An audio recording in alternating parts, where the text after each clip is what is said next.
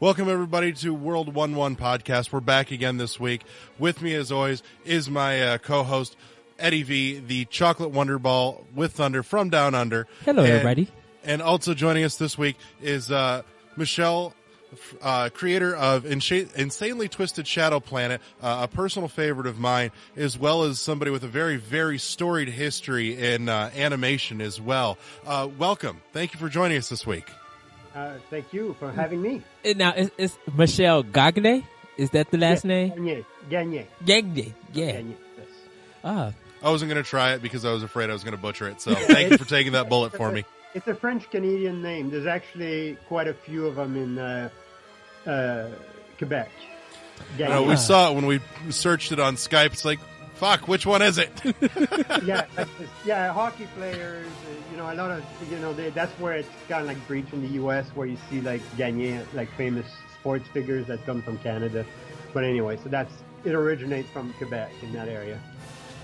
All right. So anyway, I was telling you all my history, and that wasn't even on the airwaves, right?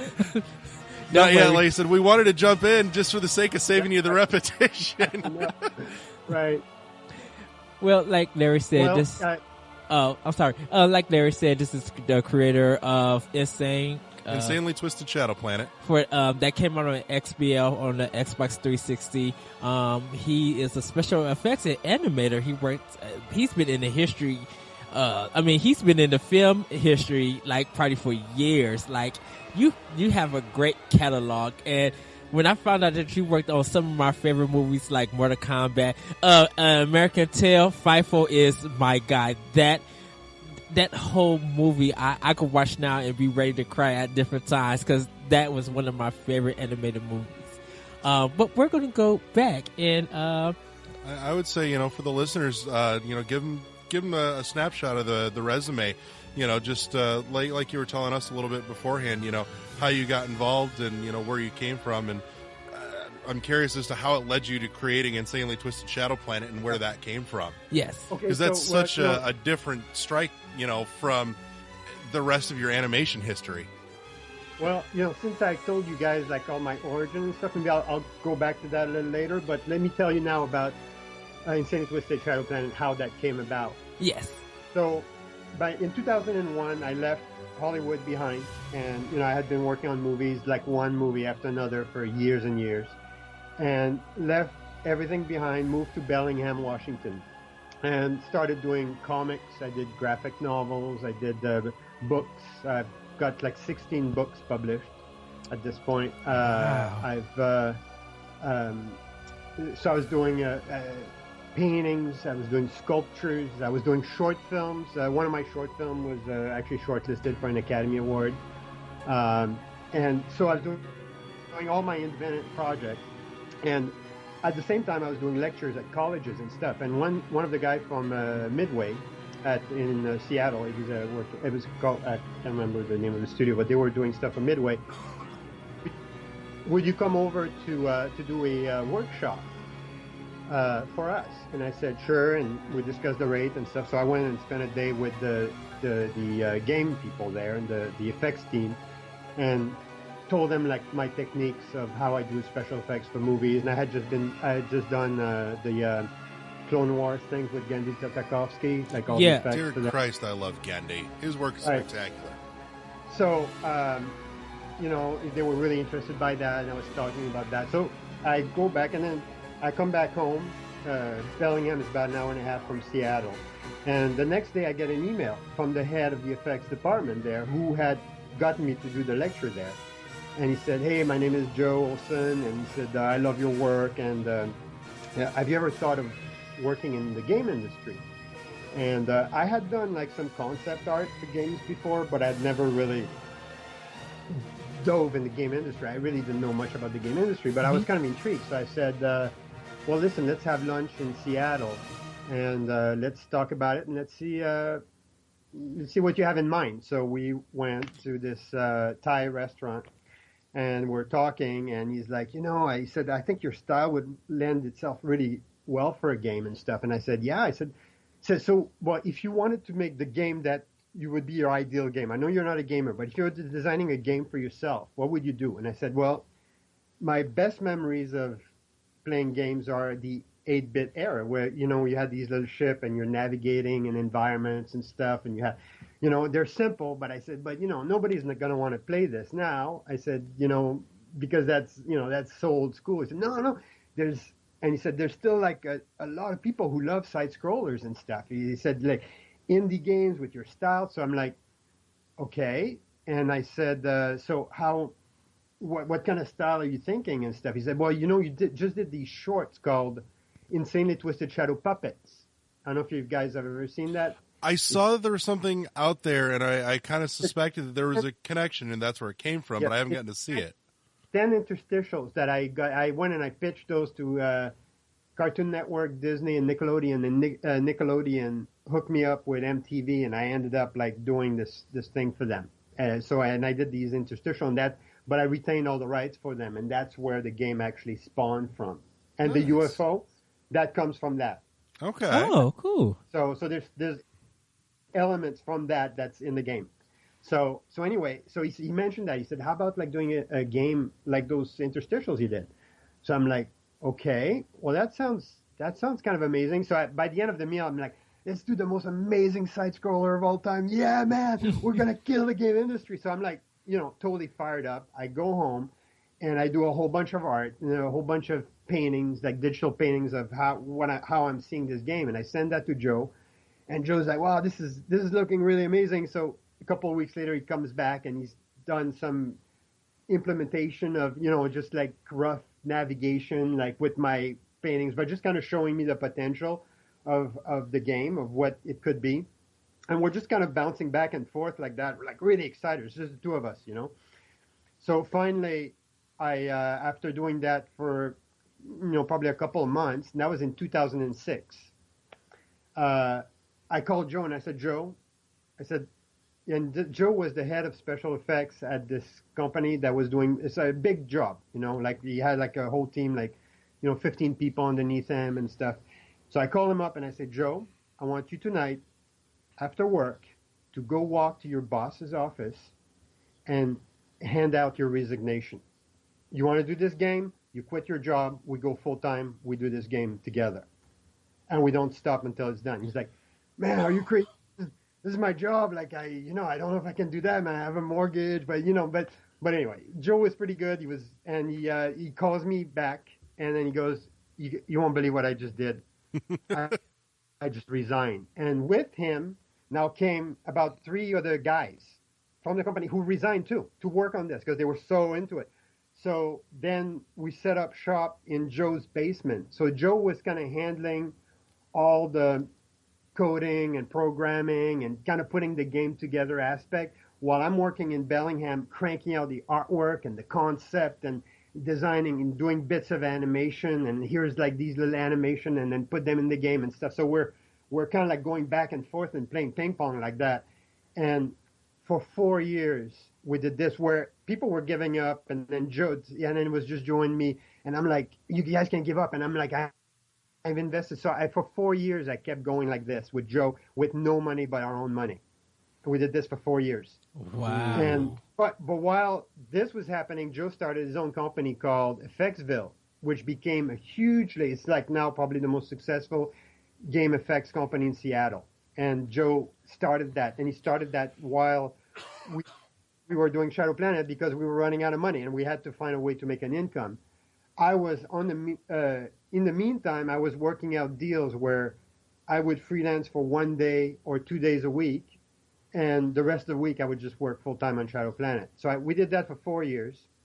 After 4 years of doing that and pitching it and having deals like so friggin' close, like we're almost signing, but they won't give out on like, no, you have to you're giving away the IP. And I'm like, no, I can't give away the IP. The IP is like me. That's like my DNA. I'm like, this is insane. Mm-hmm. It's my whole style. It's like I'll do something in my style in 5 years, and then you'll come after me and say like, hey, we own this style.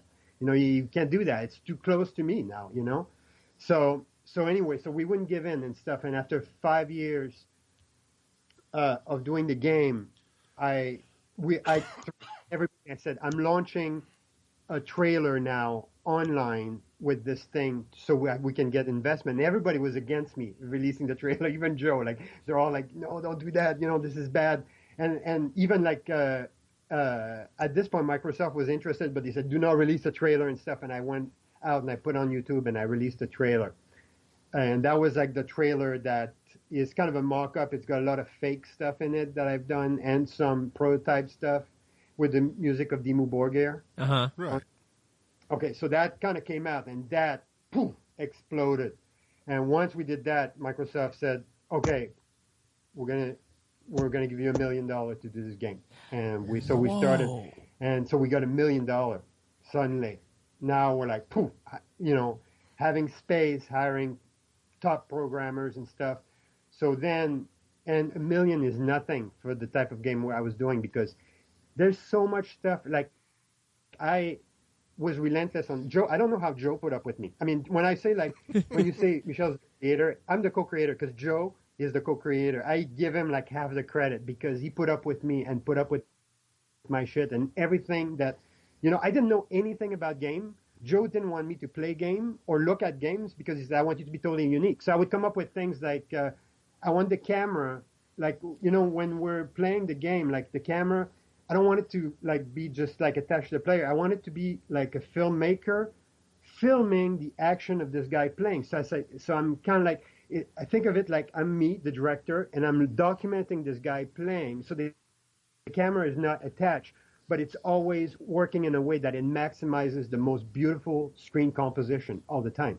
And they're like, this is insane, things that I want no UI on the screen, no UI. This is like, I want it to be like watching a movie. So I was filming all these things that, because I'm not a gamer, I didn't know what you're supposed to have. So I'm like, this is how I picture my game, Yeah. So, we went with sheer vision with this. And like, I just pursued my vision. Joe kept the rein and kind of stirred me, like when it was going too insane. Like Joe understood games, and I needed somebody like that, because I'm like the wild guy, like flying up there like a kite, and Joe is like on the ground holding on the string to me, Yeah, it's your counterbalance. Yeah. Yeah. And it was we were both, it was the yin and yang of the equation of Shadow Planet. And it's so, that's why it worked. That I could have never done a game without Joe. Well, Joe would have done a game without me. It kind of like the game itself with light versus dark. Like, at sometimes there's some dark, but you defeat it with some of the light that's in it.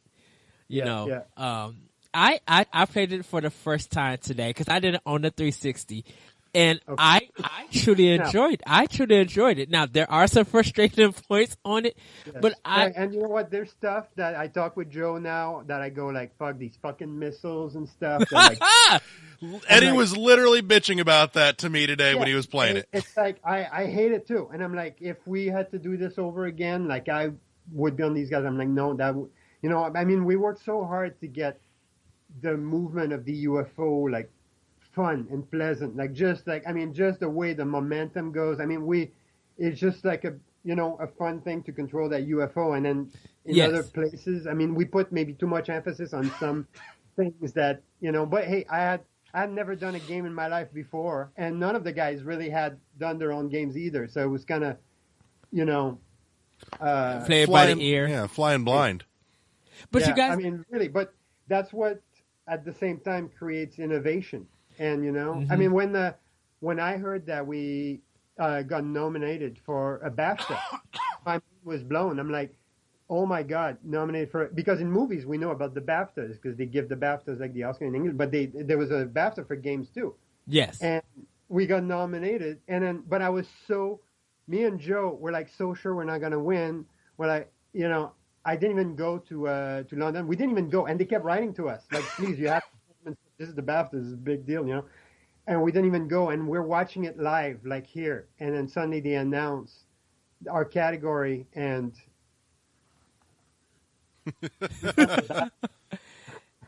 and for all the listeners, he is showing us his BAFTA award for his game. Insane and Twisted Shadow Planet. Yes. Yeah, isn't that insane? It's like that was like, wow, this is I don't need to work in games anymore, but I did. It's like, what do I do from here? my first game. Where'd you go from there? So but I but truly it's good. It's interesting because after doing Shadow Planet, I started doing a lot of trade shows and going into the game circle, and then I got picked up by Gearbox to do Battleborn, to do the all the effects animation. hands-on of Battleborn. really. Yes, I was the VFX director on Battleborn. Wait, So what? I- My mind is just blown right now. I did not know you, that. you have to see something. Can I send you a link here on Oh, so you can? absolutely. Look, I'm going to send you a link. Can you? Let me send you a link to something cool here. Oh my goodness! Like that's crazy. I spent 2.5 years on Battleborn. I did all the 2D hand drawn FX animation in it. It was insane. I did well over 10,000 images for that game, like all hand drawn and like painted and stuff. Let me find something for you here. I want to show you something. Oh For my our goodness. listeners, we'll drop the link in the show post when that goes up. Yes. Yeah. I do got to say the animation, the color and the graphics, and looking at everything in the You'll background. actually recognize the style and stuff. Like, so I'm going to show you this thing here. And when you see it, you'll actually see some of Insanely Twisted Shadow Planet in there. Oh, this is about to be amazing. Okay, so hold on a sec here. I've got the link. My friend has Battleborn.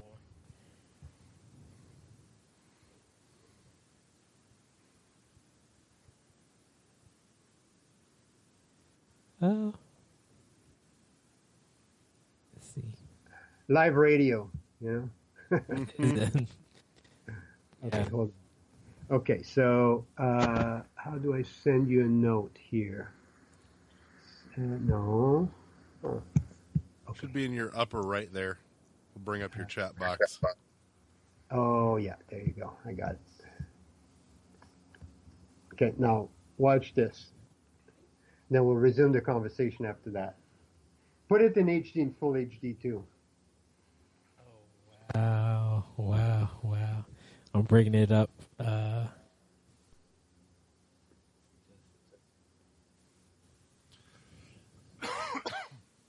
Make sure you have sound. Yeah, we do.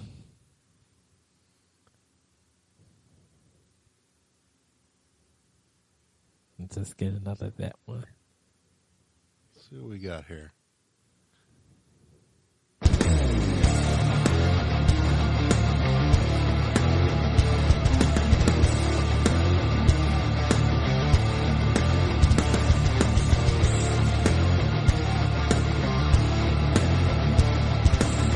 You can definitely see tinges of that art style in there.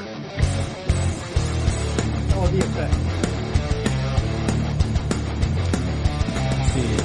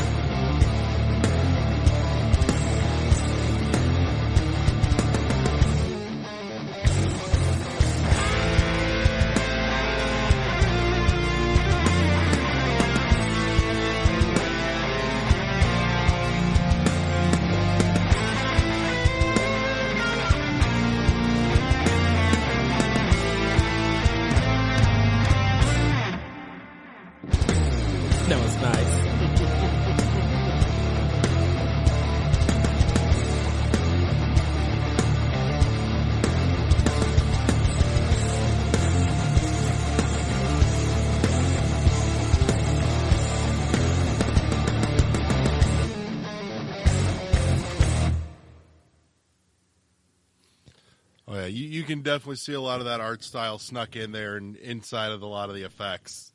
Absolutely. My path in games has been very kind of amazing in a way that. Oh, is it still playing? No. Eddie left the autoplay on. No. It's fine. It doesn't pick up that audio, so you're good.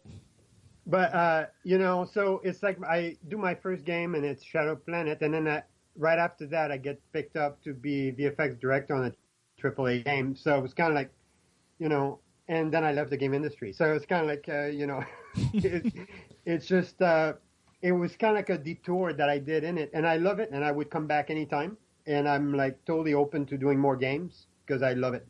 But right now I'm finishing. I'm the VFX lead on My Little Pony movie. Oh. And it's a cute little film, but it's actually the effects animation in this movie is going to be insane.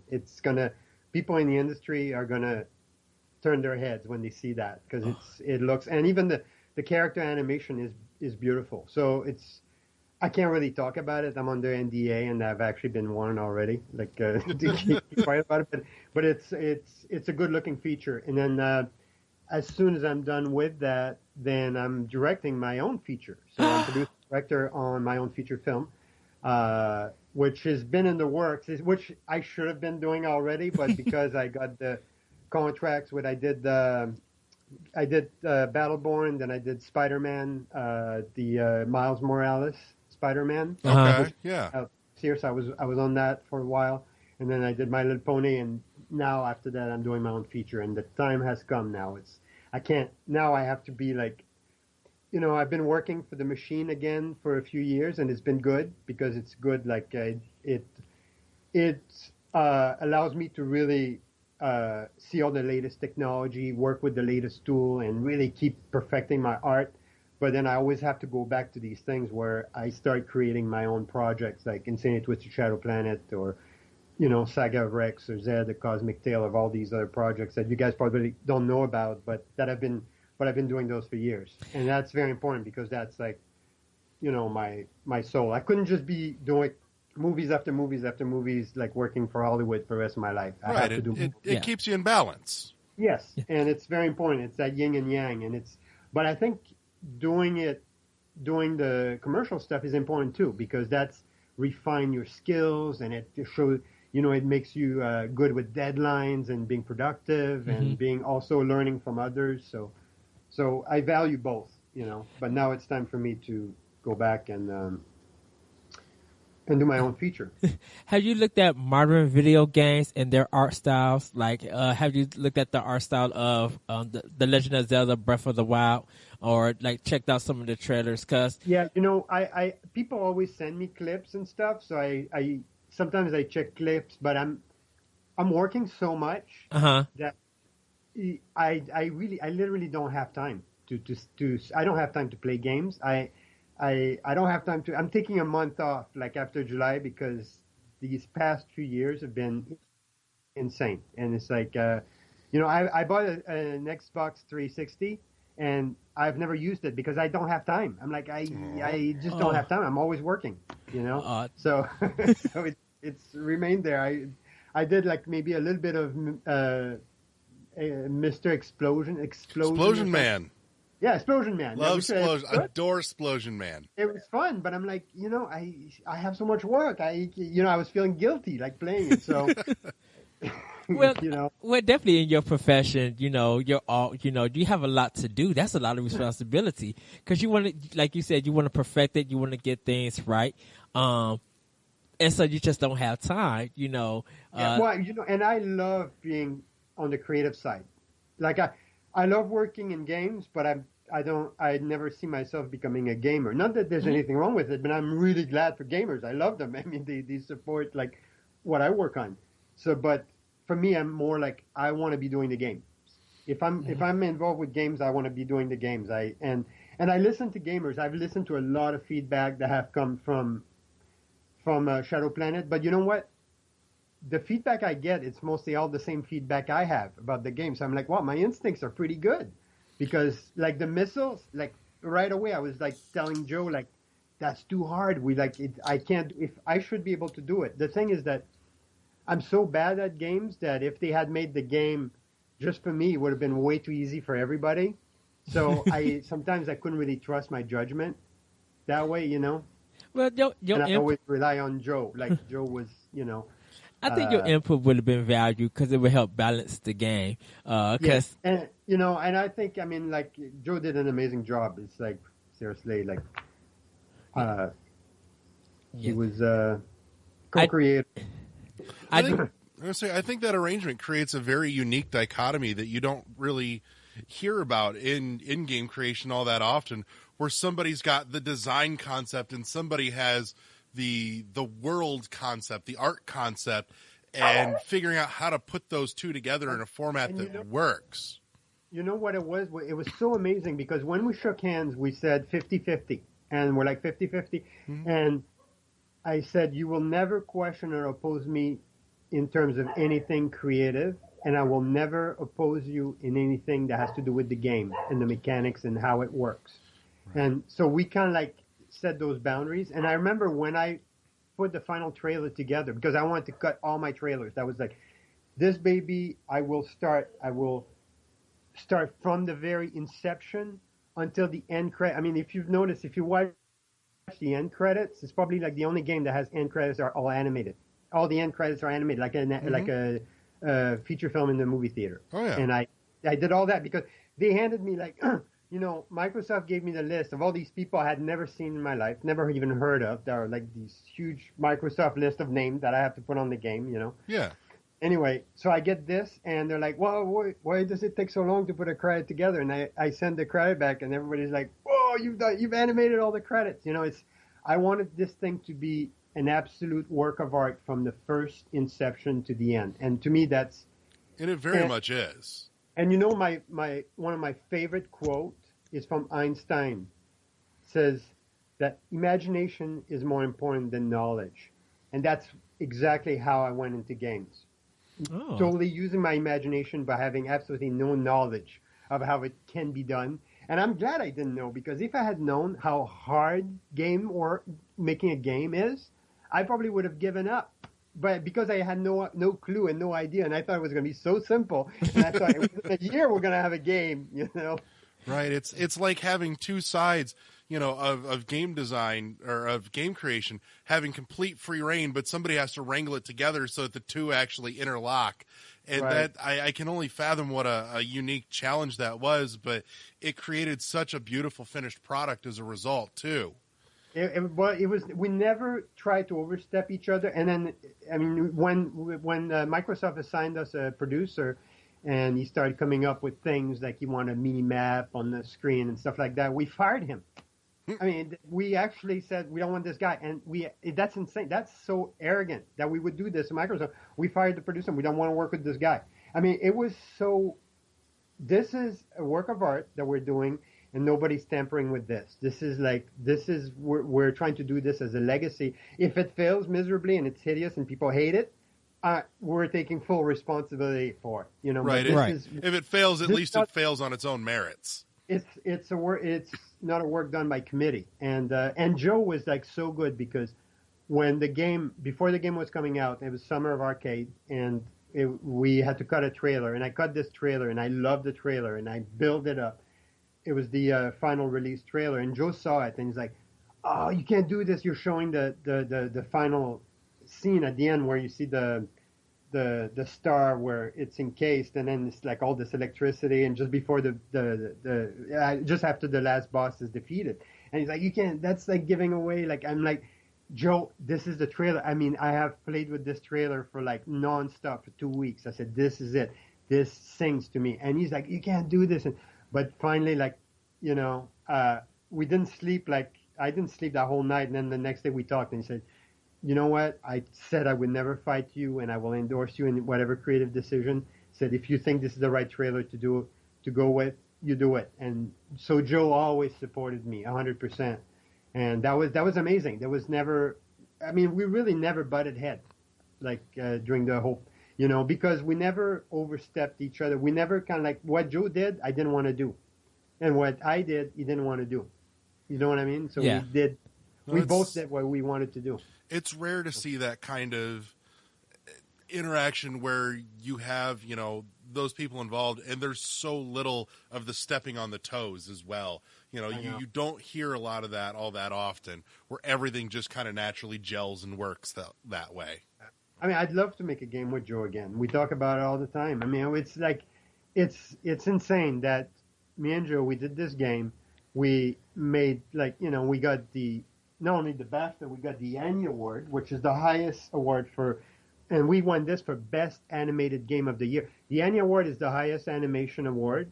They only give it to one game of all the games. So every game is put in the same basket because it's for the animation, the aesthetic animation of the game. Yes. Right. And we won that over everything. And we were nominated against $100 million game kind of, And I mean, it was amazing that we did that. And we did all that, and then we kind of went our separate ways, and we never pursued. I mean, everybody was like, what's your next game? And then I ended up going with Gearbox, and Joe ended up having his extremely successful effects company and working on all these different games, and we didn't create a second game, and it's a bit of a shame in a way, I think. Can I ask, how did you feel on the day of release of your game? You're kind of not, well, at first you have how women, after they give birth, they go through the postmortem depression kind of thing. Uh-huh. I think we both had that.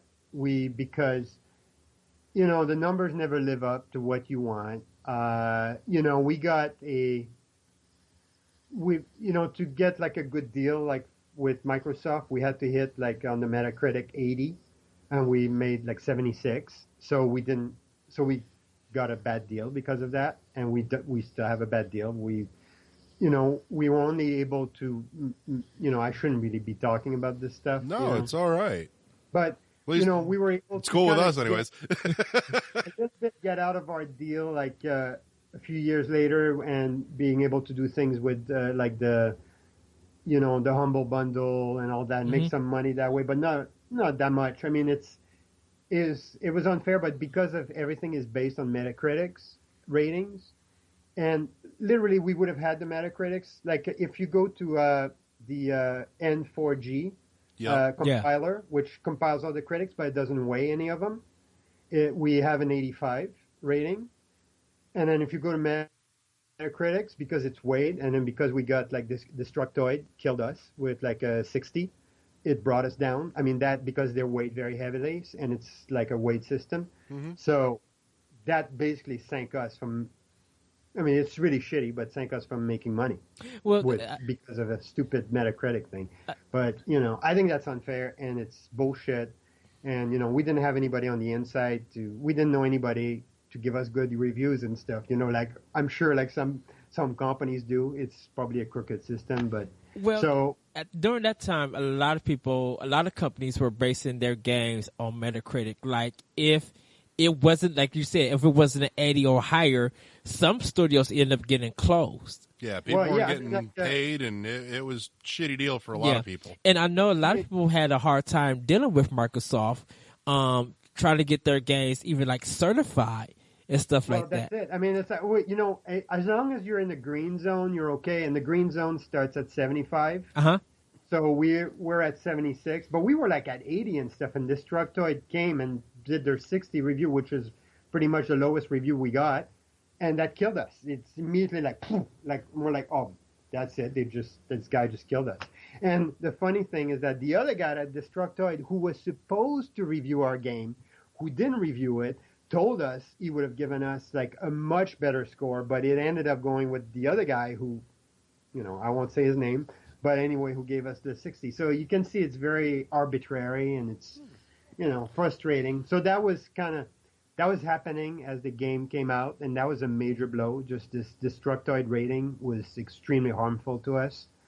And so you go through, and then you the awards thing, and then we making all the list, and I think we made we got nominated for 17 awards, which was really good for an indie title like that. So that was kind of cool.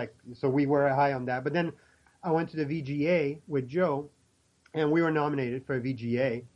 And we're sitting at this thing, right? And we're like, wait. Well, first we get in there, and I go and I see like all these really good looking people in the line, and I'm like, wow, those people in video games, they're like supermodels. This is amazing. They look really good.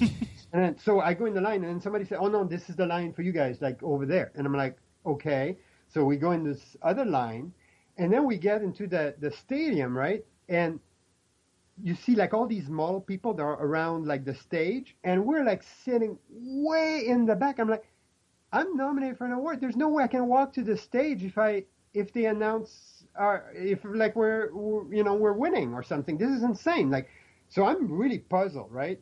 And I'm watching this VGA things, and there's these actors coming on the stage and showing like clips from the new Call of Duty and all that, and showing all these games and showcasing all these voice actors, and there's nothing about the game creators.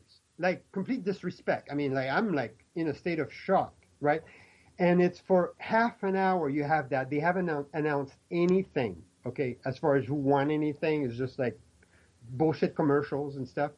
And then they start playing a clip on the screen, and you can see like it's like a handheld camera with somebody like giving awards to people in the line that I was, and says like, hey, guys from Bastion, you won an award and stuff. And they do this clip. They don't show or talk about any of the games that are nominated. They just show this 5-minute clip of them handing out awards in the line like that. And then they go back to the stage with all their, guest stars and stuff, and showing commercials for these big AAA games. Uh-huh.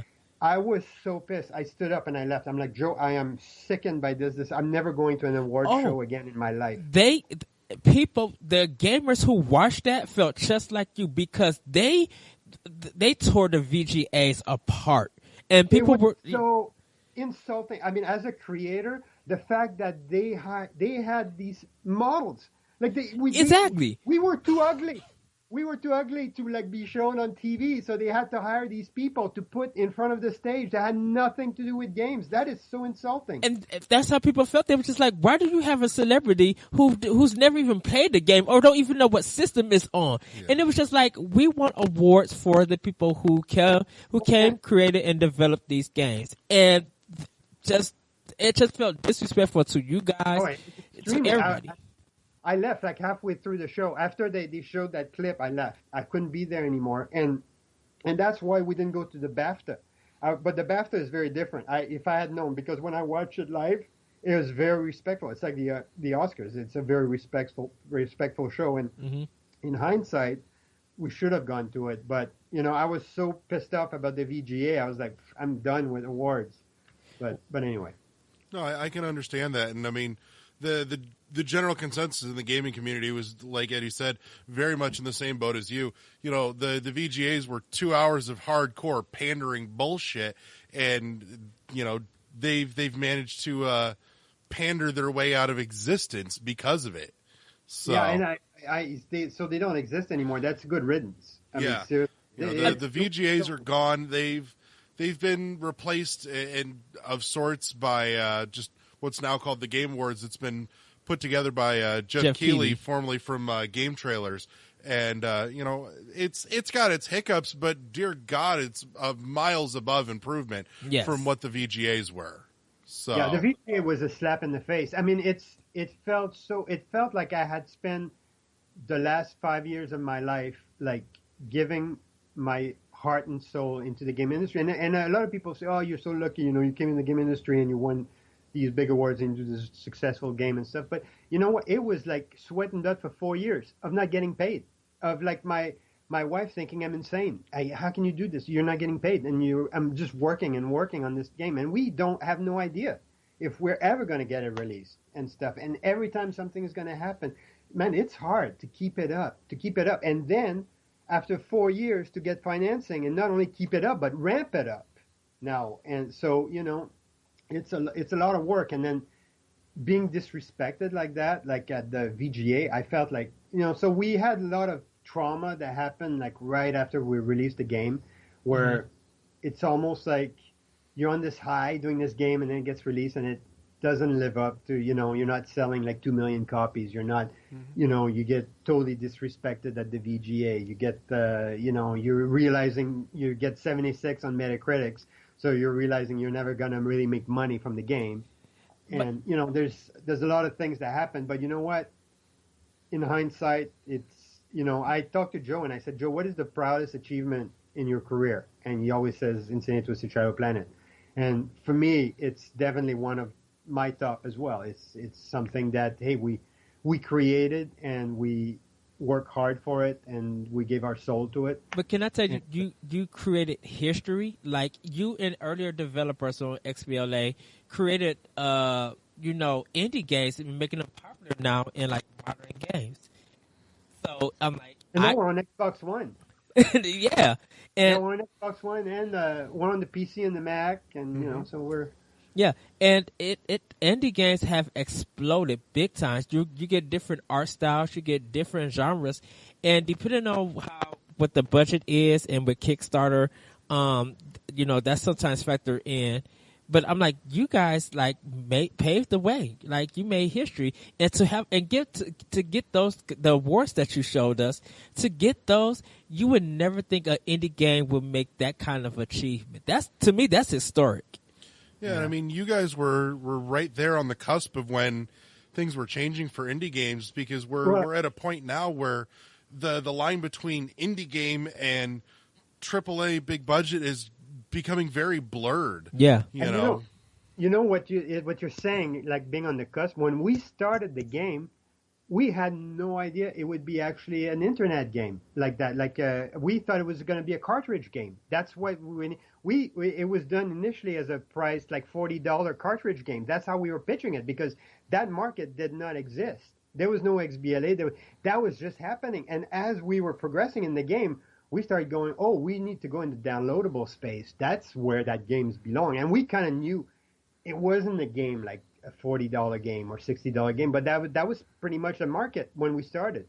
And that downloadable space happened while we were doing the game, and then we totally went that way. When we saw that, we're like, yeah, this is the home for ITSP, and that's when we started exploring that.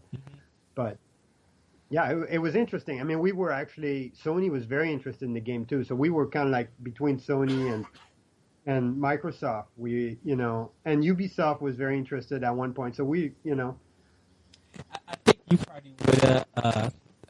Sorry about that. I think you would have been good on Sony. I think personally. Yeah, it was just like we signed probably too quickly. Uh-huh. But it was getting, you're getting to a point where you're working on something and not making any money and spending all your savings, and you've been doing this for years. And I was at the breaking point, and I'm like trying to keep Joe motivated and keep the team motivated. And, it was hard on Joe, and his company was growing. And I'm like, if we don't sign, and my wife read the contract. She was my advisor the whole time. And she said, do not sign this. You will never make any money. If you sign this, you won't make any money. And I'm like, honey, at least I'm going to get paid now for a year and a half, But I said, like, I want to make this game. It's at this point, it's like that I need to make this game, And it was kind of like that. And it was like, we knew that if we didn't hit the 80 with Metacritics, we were screwed. So that was like, and it was in the contract too. And, and I was like, no, we're going to hit it. And I told my wife, I'm like, we're going to have 90, we're going to get 90 in Metacritics. And I was so optimistic, and I believed in the game. I'm like, they're going to recognize that even if it has faults, they're going to see like the artistry. They're going to see that there's never a friggin' field of vision that's repeated throughout the whole game. Everything is built. We never started building libraries of icons that we just kept building and just expanding. Every friggin' field of vision is unique in that game. I mean, there was things that we did, like, I thought, they're going to recognize that. And a lot of people didn't. They didn't see a lot of it. It was kind of like almost beyond, I guess gamers have other priorities too. My priorities was to make a visual masterpiece. That was kind of my priority. No, and it's there, and when it comes to games and game reviews too, that visual artistry and that mastery shows, and it comes through, and it's important. But I can definitely understand the other component, that when something doesn't mesh quite right for a reviewer, where it makes the experience of playing the game, like you said, you had some things that you would have, changed and too. I know after going through that process, I really understand more about games, and I've played games now, and I've played Battleborns when I was doing it, and I've kind of gotten, because I've worked in games for, almost like 10 years straight, like literally like doing projects, I understand a lot more than I did when I started Shadow Planet. Like I had played 8-Bit's game, and I had obsessed about Doom when Doom first came out, the very first Doom. And the reason I had obsessed with Doom is I was making a short film, and at the time the computers were so slow they would take like hours to render anything. So I would set my render, have to wait 3 hours. So I would have Doom set up on my other computer, and I would play Doom for like 3 hours waiting for the stuff. That's so nice. That was my last experience with video game, literally. Like just having this obsession. I played Doom until I beat it. And once I beat it, I lost all interest. It was kind of like, okay, I've done it, beat it, But now I think going through the experience of making a game and working with gamers and being part of the community, I'm a lot more aware, and having a look at other games, how, just last year I was at the what's that big show that they have in Seattle? PAX. PAX. I was at PAX. I was working at the Gearbox booth, and I went into the indie wing and stuff. Yeah. So inspiring. It was like that. That's where I would want to be if I worked in game. This is where I want to be with you guys. Like, because there's so many cool things happening, and I think so many groundbreaking things. I want to bring some of that groundbreaking stuff now to movies. Because now games are doing innovative things that I think movies can even learn from. So I think it used to be the reverse, where games were learning from the movies, but now I think we can go the other way as well and learn a lot of stuff from looking at some of these games. Well, I hope you do get to play Shovel Knight, since you like 8-bit games. That's one of 2014's, I think 2014, one of the biggest 8-bit games. From Yacht Club. I think if you like that old NES style, you will love Shovel Knight. And still to this very day, it just came out in Japan, and it's a big, huge game. Like still, like a lot of free DLC. And I think you would truly enjoy it. It draws a lot of reference and inspiration from the likes of like the old 8-bit DuckTales and Mega Man and Zelda 2, and I mean, Joe had his influence too. Like so my remembrance of playing the 8-bit games is really what fueled a lot of my creative energy in Shadow Planet. But Joe was very he loved Mega Man, and he loved so he put some of that in there. He loved Metroid, so that I do too. It's a little near and dear to me. Right. So he really shaped like the game as a Metroid in a way, because that was like his love. And so he brought that to the equation, and it was so we meshed that together, and it's like and I would love to, and we still talk about making a sequel, because we have so many ideas that we like the sequel in Insane and Twisted Shadow Galaxy. That's like we always say, when are we gonna do Insane and Twisted Shadow Galaxy? Because I mean, I'd love to do that with Joe at some point. So now I've got to ask, what does it take to get you two back together to do it? Well, it's just projects, and I mean, Joe is like he's insane. He's working on like all the like 6-7 games at the same time, all the time, like AAA games with his effects company. I'm just going from one feature to another, so it's just finding the right time where it was kind of like when we came together, I think I was ready for something, and Joe was too. Joe, I think, was getting tired of just working for the big guys and doing effects for the big guys. He wanted to be a creator, and so we kind of met at the right time, and it just has to have that synchronicity, so I think you can't force those things. They just happen, If you force them, they don't really work well, But with Joe, everything was really smooth, So So what if we talk about it all the time. We talk about making another game. It's always in the back of our minds. It's gonna happen. I think you guys are gonna just start. I hope so. I mean, it's such a shame. And we did actually try to get. We actually did a prototype of another game that after Shadow Planet because after we finished everything, we had a little bit of money left over. So we're like, we could have pocketed the money, but we decided, let's just do another prototype of something. So we did this prototype, but because we were completely exhausted, we were drained by the experience of doing Shadow Planet. It was not up to scratch.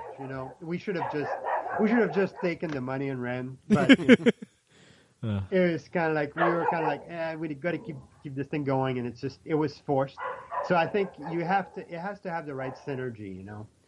I say, what if it becomes one of those things like, you got two people playing chess by mail, when you have the opportunity, there's some art and some design assets that get sent out to him. And then when he gets the chance, just plays around, start creating a few things and putting it together, just letting it bounce back and forth until eventually, 5 years down the road, you two have just off and on created something.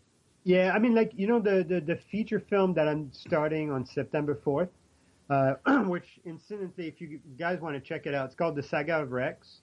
Okay. And this is how The Saga of Rex started. I at first did it as a graphic novel. It was published by Image Comics.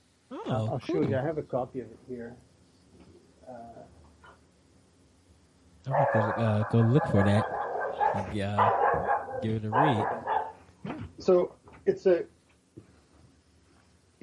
The Saga of Rex. Oh, it's adorable. Oh, that's nice. It's like a 200-page full-color graphic novels. And so I did it with a movie in mind, but like the first step was to do the whiskey. Hey, hold on. The goal was to that's dog. The goal was to eventually make it as a movie. So I went on Kickstarter and I did a Kickstarter for it and the Kickstarter was for every $15,000 that I raise, I will do 1 minute of animation. Okay.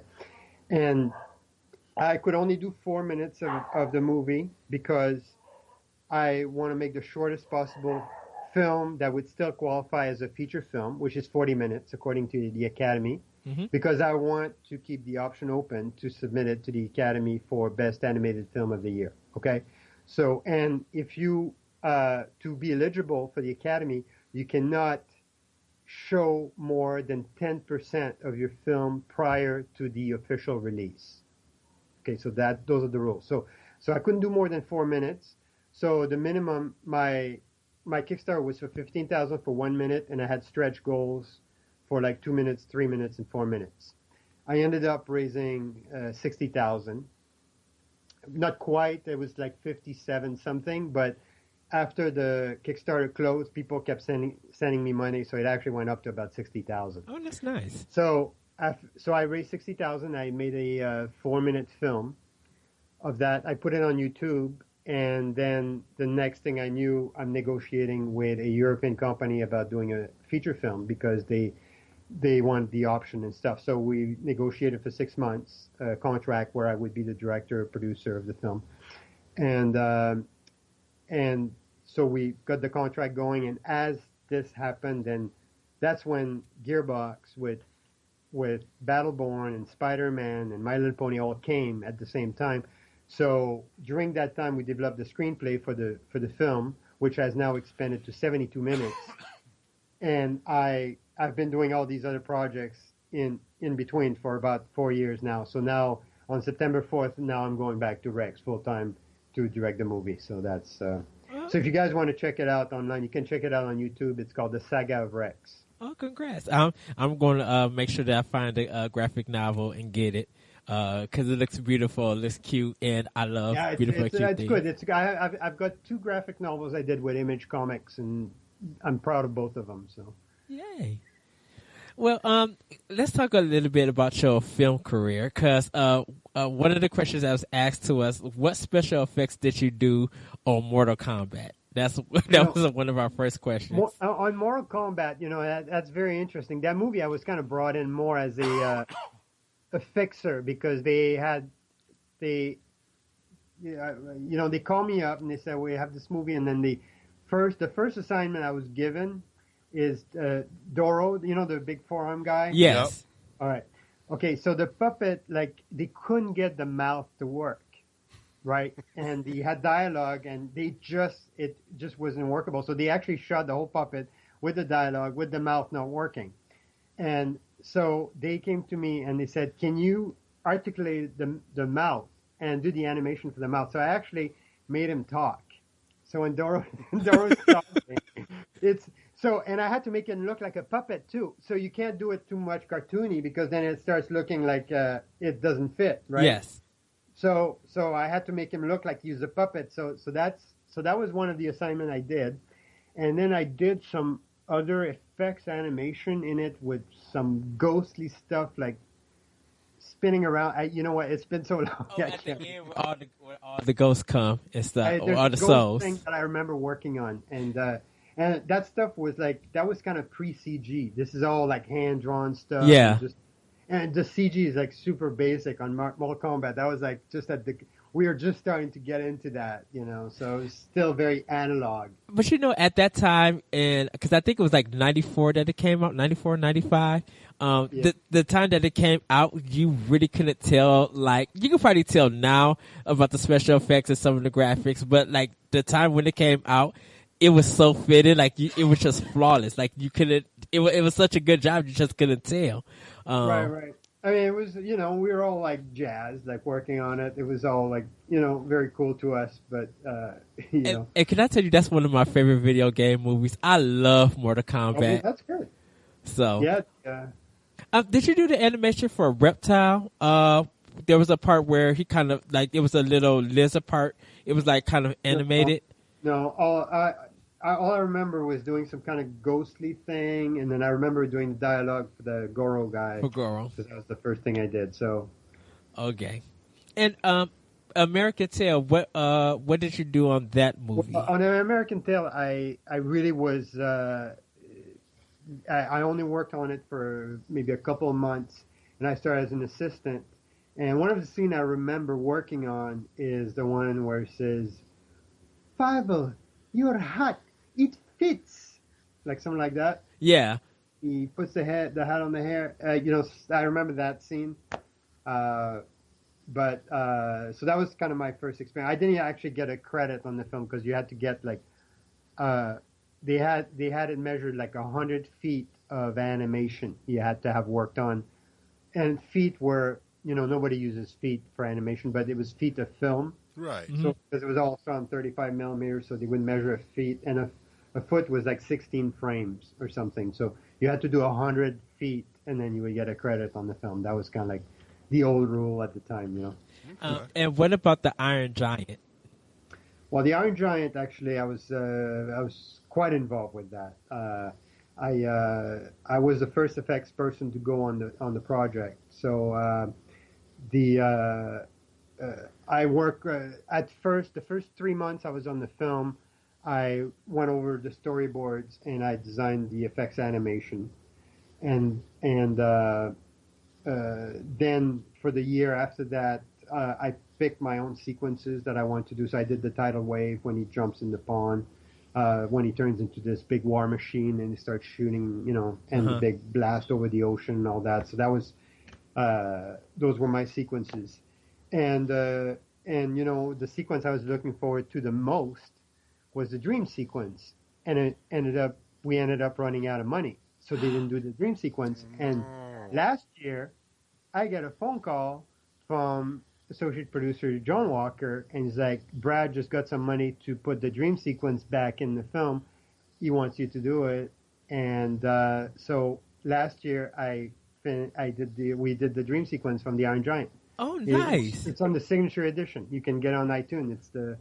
So now the film is complete, because for 15 years it bugged me that sequence was out of the film, because I always saw the movie with the sequence until the end, and they removed it, and I was like, So doing that was amazing, and then getting the phone call, and actually I was working on Battleborn at the time, and they asked me if I could take a few months off to go back on Iron Giant, and I'm like, oh, I need to do this. What am I going to say to Gearbox? I have all this stuff to do for them on Battleborn and stuff. So I basically sent an email to my contact guy at Gearbox, and I said, I have to work on the Iron Giant. They want me to do this dream sequence. I don't know what to do. And he's like, I need to accept that. And then his response was, if you don't take it, I'll lose all respect for you. So I'm like, oh, cool. So it was kind of like this. So they gave me a couple months off from Battleborn. So I went on to Iron Giant and did the dream sequence, all the effects for it. Not the whole dream sequence, but I did all the effects for the dream sequence. And now the film is complete. So beautiful. All dogs go to heaven. I seen it as a credit. I'm like, that movie is that's one of the most heart-wrenching children's movies you'll ever find. It's really traumatic. I actually was walking in somebody and they were watching it with kids the other day, and it was that sequence where Charlie's like, she's coming down the stairs, and Charlie's like, I don't care for this kid and stuff. I was looking at it, I'm like, this is traumatic. Like, do you know what sequence I'm talking about? Yeah. He's like, I don't care. I'm just using her and stuff. I'm like, wow, that's like, and I mean, I never perceived it like that when I worked on the film, but I thought that was pretty intense now that I'm looking at it. Right, when you get to see it all just in context all of a sudden, you're like, wait a minute. They cut a lot to that. It was a much darker movie. They cut that whole Hellhound sequence. Like, that was so amazing. That was like the best sequence. When I was at Don Bluth, it was very infuriating to see the process of what gets on the cutting floor because it can't make like a G-rated film. Right. Or somebody doesn't like it and stuff, and like Land Before Time got so much cut, because they couldn't get a G rating, so they had to get it to a G, and it was just, so much they cut, like all the best stuff. I'm like, oh, so All Dogs Go to Heaven, the Hellhound sequence is amazing. I hope somebody puts it on YouTube at some point. I know I've seen the pencil test of the sequence, so I know that it's out there, but I'd love to see that on YouTube. Well, have you seen any of Miyazaki's movies like Spirited Away? Of course. Miyazaki, that's the foundation, man. This is the Bible. What are your thoughts about his movie, his animation, and special effects? It's amazing. It's like that's true visionary. That's the vision. I would take like a Miyazaki movie over a Disney or Pixar movie anytime. It doesn't compete. To me, it's on another level. I don't know if I should say things like that because I work with all these guys back there. That's okay. I'm pretty sure none of them hear this shit anyway. So yeah, no, you know what? And it's true. They would probably they'd be the first one to recognize it. Everybody in Hollywood, they think like Miyazaki's the shit. Yeah. So I know he retired, but then he ended up coming back to make film. Yeah, it's hard for artists to retire, you just keep doing it. I can't even think of retirement, it's like I'm starting to get like AARP shit, like on